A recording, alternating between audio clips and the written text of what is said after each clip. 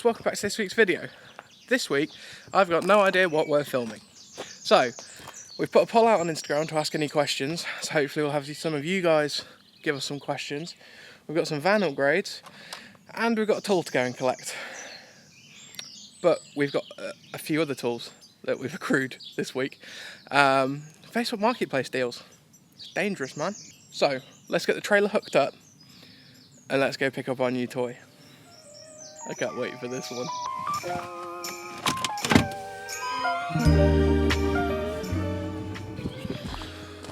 One car out of the way. Let's get the trailer flipped round and hooked up to Mrs. Mini. And let's crack on.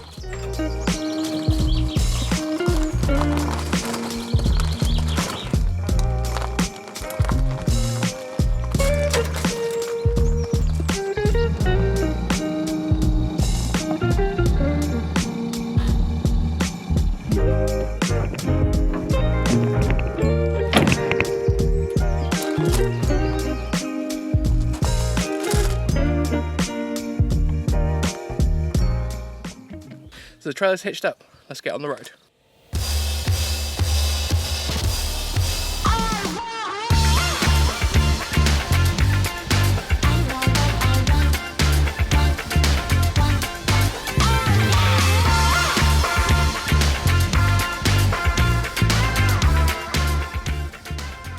We've just been to collect the tool, which was actually a really cool experience because it turns out it was one of you guys. He'd mentioned it in the chat, but it was actually really cool. Really nice guy. We're currently en route back to the workshop and we'll show you what Facebook Market deals we've picked up. We've just made it back to the workshop. Let's show you the little beauties we've got lined up over here. So, starting off little to somewhat biggest, we have a Makita bench metal saw. It's essentially a mitre saw but for metal. Spins at a slower revolution. My first 110 tool. I need to get a transformer, but for £30 it came with brand new discs. Absolute bargain! This is something I wanted for a long time. Obviously you saw me build the rat carrier the other day. This came up on Marketplace for £150. After some slightly unethical purchasing methods, for £175, it was mine. Still a bargain. These are on Halford's website at the minute for nearly £900. And then this little stand, it's got drawers in it and stuff like that. I think that's another £80 to £100. So for 150 quid for all of it, I think that's a bargain. It literally is like new. It's been used twice. Hopefully it doesn't stay that way. Try and get some use out of it. But very happy I've got my first welder. Thank you, Calvin, for your advice on this. Because, yeah, I knew nothing. But now, got my little beauty. And then finally, this is something I didn't know I wanted until I saw it. Ultimately, this is a Naroc bandsaw. So essentially, if anyone's not familiar with this, that goes up like that. You put your metal in between here, clamp it down using this. There's a blade on here which isn't there yet, I need to get one of those. And then essentially it comes down using the weight of itself to cut your workpiece. This is the one where I said it was from a subscriber. So I messaged on Marketplace, he had a lovely one for sale, he had two. Hadn't advertised this yet. This needs painting and zhuzhing and sort of lining up and everything else. But he was generous enough to sell it for £50. So I now have myself a metal bandsaw for £50. So I reckon between all of this, we need to kick off some new projects for Norm and let's make some custom bits for him. But for the minute, let's get them all in the workshop and tidied away because we've got other jobs to be doing today.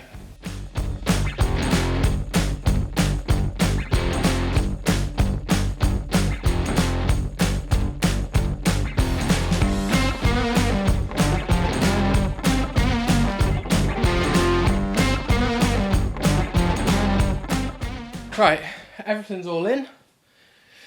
No idea where it's all going, but that's a problem for future Alex. So, we've got more jobs to do today. For the minute, we need to go pick up some dung for a flower bed. And then I'm going to go pick up the van, come back, And we've got some small, when I say small, I mean very small, upgrades to do on it this week. But you'll see what they are later in the video. Right, so I'm back down at the workshop, and we've got a few little upgrades to do. We've got some new camera mounts, we've got a lock, and then we've got some cable management to do. And I'll show you later what I mean by that. But first, let's have a look at these new camera mounts. So you see, essentially, this is a mount for a Blink outdoor camera. Now these are battery powered lights you can get from Amazon. They're not that expensive, but all they normally have is a little pop-in holder. So there's a little tripod style fitting that goes, you screw into something, generally soffits on a house or something like that, and it pops into this ring in here, which is fine until you hit a branch or something like that, and then as we found, we've lost the camera. So I reached out to Alex Frood, who has a 3D printer that he's recently acquired. We found this design online, and I asked Alex if he'd be willing to print it. So all that happens is that you place the camera in there like that.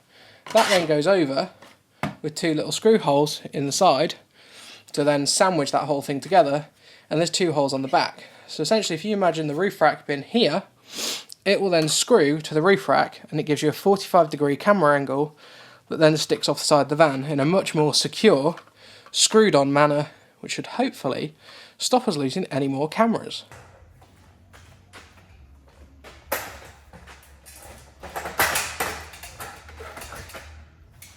When everyone asked if they'd be any good, the answer is no, but you can see how that works. We even had leashes on ours, which, yeah, worked for a while, but we've lost them. So, let's crack on changing over to the new mount. Now, we put up a question thing on Instagram, and we asked you guys if you had any questions for us. So, Tom from Vanlife Ventures. Sadly, we didn't see the Arctic monkeys in the Arctic.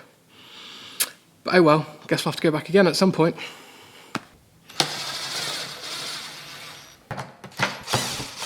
Essentially, the camera pushes up in there and then points downwards. You get a lovely angle so you can see everything that's going on right down by the van. Now, I kind of hope you can appreciate the fact that doing stuff like this, up the ladder, all on your own, because Jess decided to go gallivanting for the day, isn't actually that easy. Right, correct that. Never guess what I've just realised. Put the camera in upside down. So take these bolts back out, turn it around,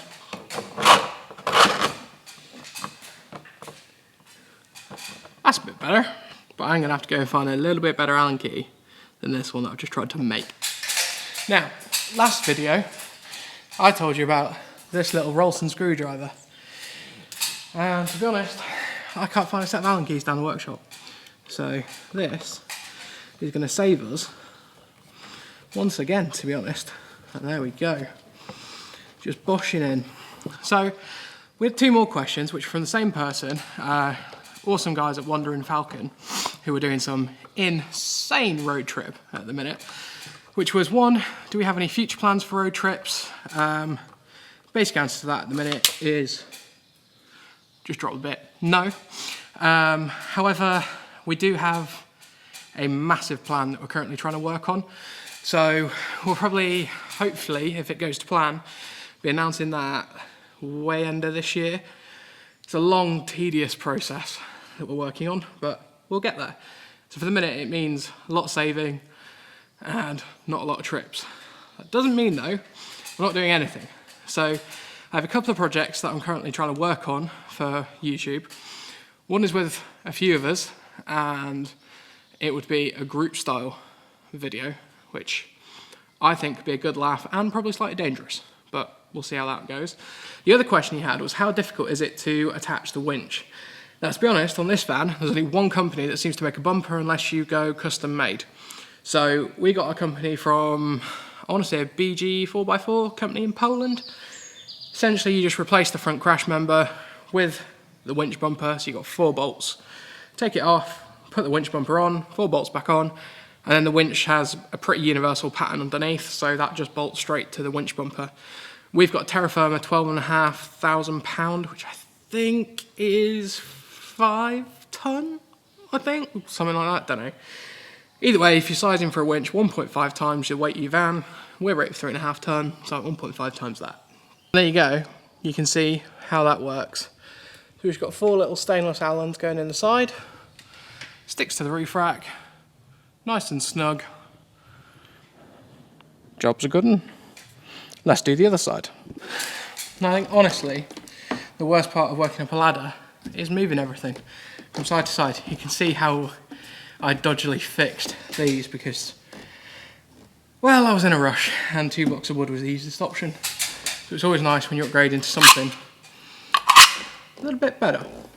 So you can see, this is what the old solution looked like. And essentially you can move it around. So you'd hit a branch and it'd do that, which is not useful. You can see the leash is on there so that if it dangles, you've still got it and it doesn't go anywhere. But you can just see how crap that mountain is. Fine if it's for its intended purpose, I know, is to go on a house, but for this solution, it just doesn't cut the mustard. So let's swap it out. But I'm not going to make you wait through this one. Next job is to change the lock barrel on this door, because when we bought it, it didn't come with a key, messaged them, key arrived, I then lost the key. So, 20mm lock barrel on like Amazon, something like that, and we got a replacement. Now, the next question is an interesting one, which we've never actually really said or made public, purely because, I don't know really, we've got family on here, not that that bothers us too much, but there's certain, I don't know, pressures in society to get a house, which we don't really feel. We will do it, and we will do it probably at some point. But yeah, so I guess the basic answer to this is I'd say we're probably about 20 grand into the van. Now, if you look at that a bit more holistically, that's a good buzzword from work, is that. We've got 560 amp hour battery bank. It's equipped to go to the Arctic. It's got big wheels, it's got winch, it's got glazing that we did. Now, everything was done ourselves. So I think that's the only reason we really managed to keep the cost down, is purely because everything was done ourselves.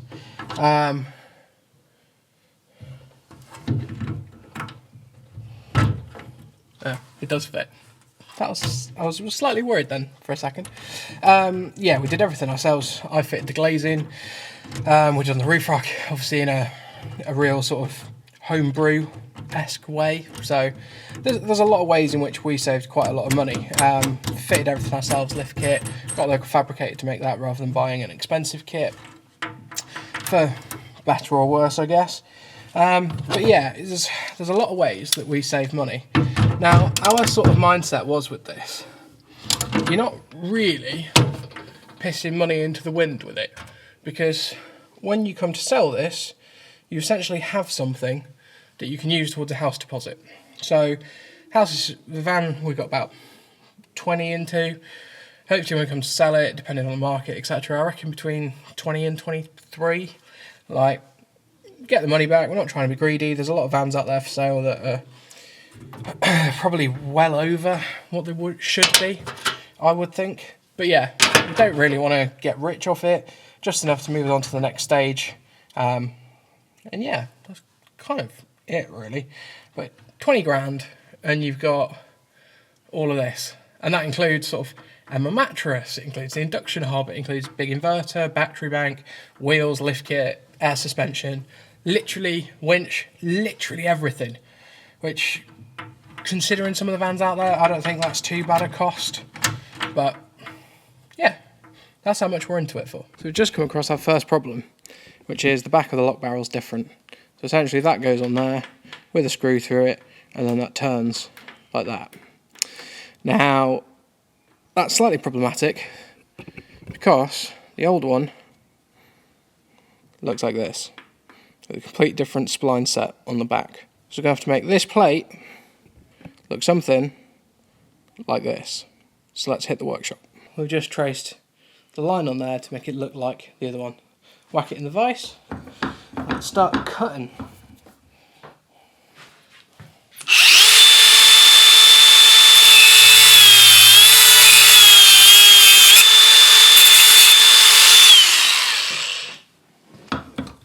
So, starting to get towards something now. We'll hit this on the bench grinder and then try and get it into the right shape.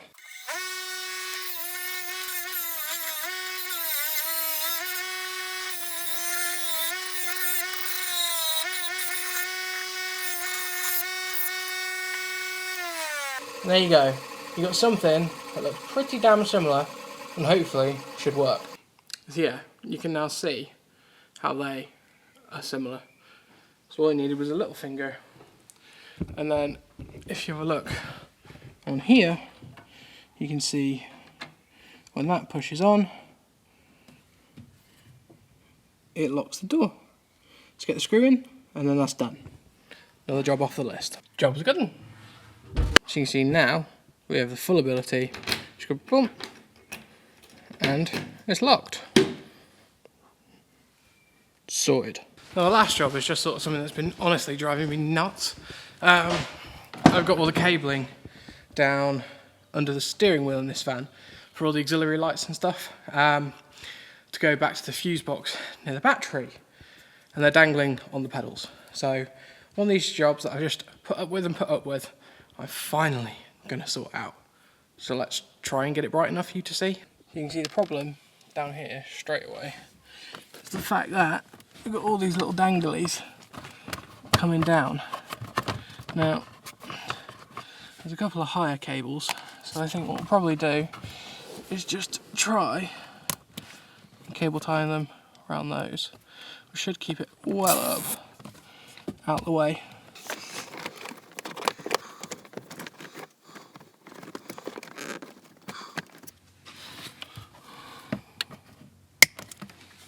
And there we go, like that, we're sorted.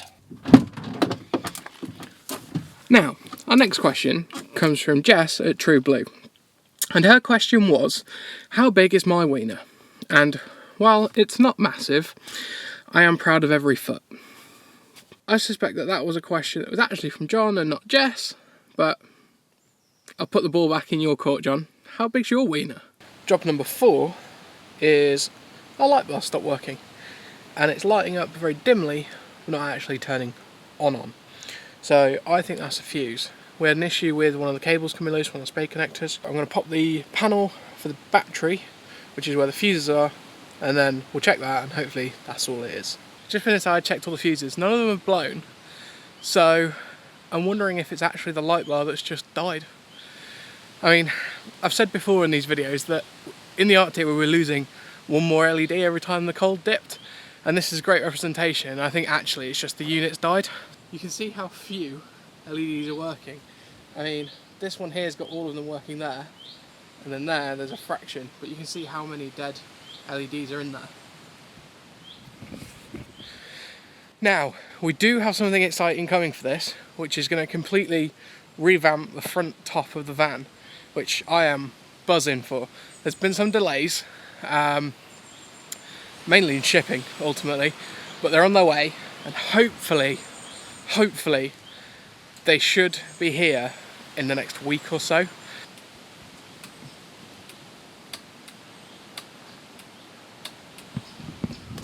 can see there when I actually try and turn it on, the drivers are trying to start up the LEDs, so I think ultimately the light bar is just cooked. So the last problem is that obviously they're turned on, all the switches are turned on, which means they should be turned on. Now, a while ago, we lost one of the DRLs in the Arctic, and I had that headlight out, and there's a joining cable behind to link the two of these up to go through the firewall. Now, I bet if I wiggle that, it will come on. So let me sit you down, and I'll try wiggling it.